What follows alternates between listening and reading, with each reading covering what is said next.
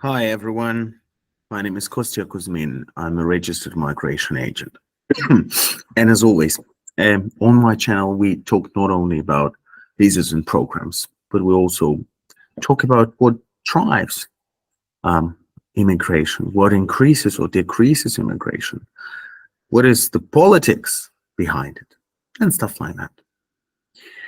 I think you'd all know, if you're interested in Australia and might coming to Australia, you might be interested in the people of Australia. So there's a lady whose name is Gina Reinhardt, who's worth approximately 40 billion bucks, I think, who's a mining magnate from Hancock Prospecting. And she spoke at the Bush Summit about woke Australia, woke, too aware of the social issue. And she said a couple of things. We're no longer taught to be proud of our country, quite the opposite. At schools, those kids at schools are being taught our police are bad, plastics, essential in hospitals are bad, etc. So she kind of lashed out at all these environmental things that we teach kids in schools. But I will leave the link for you to read. But basically her message is, we're no longer proud of our country. Our kids are too environmentally aware. They are taught propaganda rather than the facts and woke causes instead of understanding rationale and logic. I won't be saying she's completely incorrect though. The kids are taught that it is wrong to say there are two genders, indeed, even being told off if they say that. So the kids are being told off by their teacher if they say that there are two genders. Australian schools teach them that there are more. Then you can be gender fluid. And look, this is where I would agree with Gina Reinhardt. It's a little bit too much what we're doing with kids in terms of sexual education in private school. This is a bit too much what we're telling them. I'd rather prefer it were the good old way that she's explaining. But anyway, I will leave a link below this video. You can read all these opinions. Gina Reinhardt is not a very loved person, which I assume, look, you wouldn't expect her to be very loved. Someone who has a 40 billion fortune.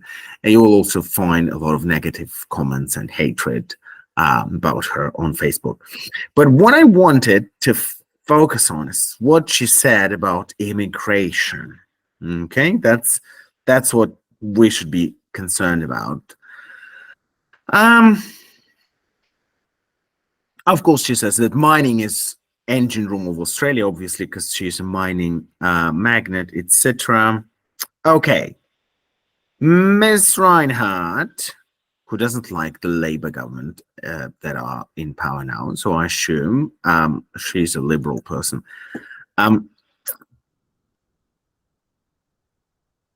Took issue with Australia's immigration levels, claiming an influx of foreigners. An influx of foreigners was causing many disadvantages. Let's not forget that approximately 1 million migrants this government has brought in, so basically criticizing Labour, resulting in only approximately 40,000 added to the workforce. So she says, you government bring 1 million migrants, and out of that 1 million, only 40,000 added to the workforce. Not sure if these numbers are correct or even close to being correct, but I'm just telling you what the interpretation of a very, very wealthy and powerful individual is. I wonder if her enterprises actually sponsor foreign workers. I wouldn't be surprised if they did. I don't know. I didn't check. Whether the businesses she owns are standard business sponsors or have other have labor agreements to sponsor staff. But as I'm saying, I wouldn't be surprised if they did have employer sponsorship. And she continued by claiming our record migration was adding to a housing crisis, increasing the cost of rentals and straining police with more crime. Housing, rentals, crime. Anyway, this is what Gina said, and it was 2 days ago, right? 27th of August. Now, Bloomberg also on the 27th, is it? Yeah, 27th of August. Also reported on the Australian government limiting student places to 270,000 in 2025. So it's basically a capping of student places. Okay. So I think I'm not sharing that part of the news. I'll present this part. Yeah. So this one is from Bloomberg. So basically, you can see here that we're capping student visas. Look, 2023, we had 577,000 student visas granted. The new target is at the same level as their 2022 grants, 270,000 visas. So it's a more than twofold decrease of the student visas. But if you look in perspective, 2020, 340,000, 2021, 233, 2022, 264, and 2025, 270. It's not that bad. It's not too bad. Yeah, the universities are not too excited about it, of course. And Bloomberg also mentions, in Australia, the government has been, obviously Bloomberg is a US publisher writing a lot about economics, not only in Australia. So in Australia, the government has been consulting for months over plans to impose limits on foreign students, part of the broader push to crack down on high post-COVID migration numbers. The surge in migration has coincided with rising voter concerns. This is the key thing. Voter concerns. Voter concerns. The voters are concerned. We have election in May 2025. The voters don't like high migration. The voters are concerned about housing squeeze, with rent soaring, proving politically damaging for the center-left Labour government. So the same thing that Gina Reinhardt is saying, Bloomberg is saying the same. She's blaming the government. Bloomberg is saying, look, these people are blaming the government. It's so bad for the Labour government if they want to be re-elected, which I think they won't. It's not going to happen. But anyway, and Bloomberg is also saying that Australia is not the only country doing that. It says Australia is just the latest country, so not the first, the latest country to crack down on international students over migration concerns, with Canada, the Netherlands, and the UK all implementing or considering measures targeting the university sector. Okay. And support for migration in Australia has fallen to its lowest level in 5 years, according to a poll released by Essential on Tuesday, with 42% of those surveyed saying it had a negative effect on the country. Okay. Yeah, why was I reading all this rubbish to you? What Gina Reinhardt said, what Bloomberg said, etc. You need to know that it's going to be extremely competitive. Okay, whether to come as a migrant or whether to enroll as a student, at least until May 2025, at least until the election, and after that we'll see.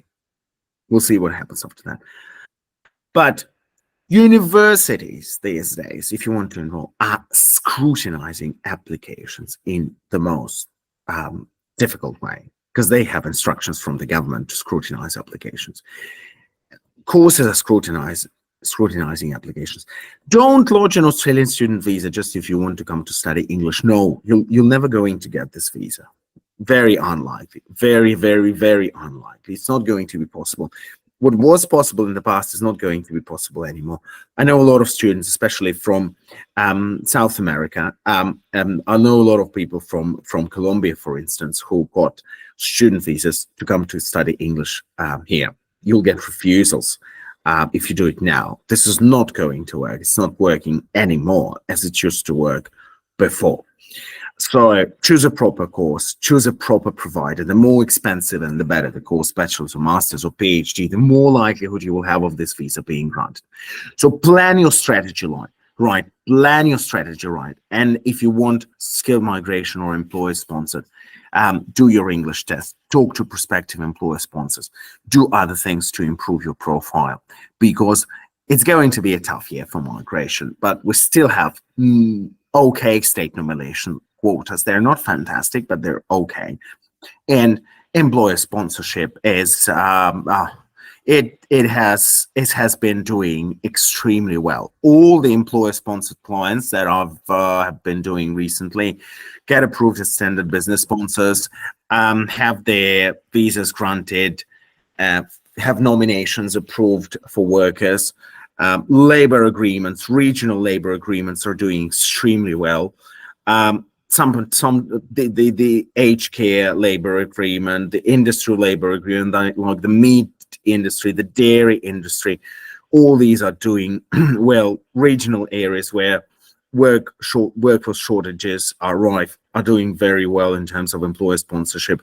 So consider all these options, because this is the political backdrop and it's not very positive.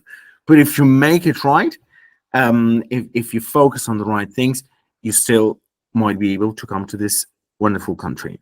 Wonderful, says me, who has given these news with Gina Reinhardt and Bloomberg saying that our support for migration is so low.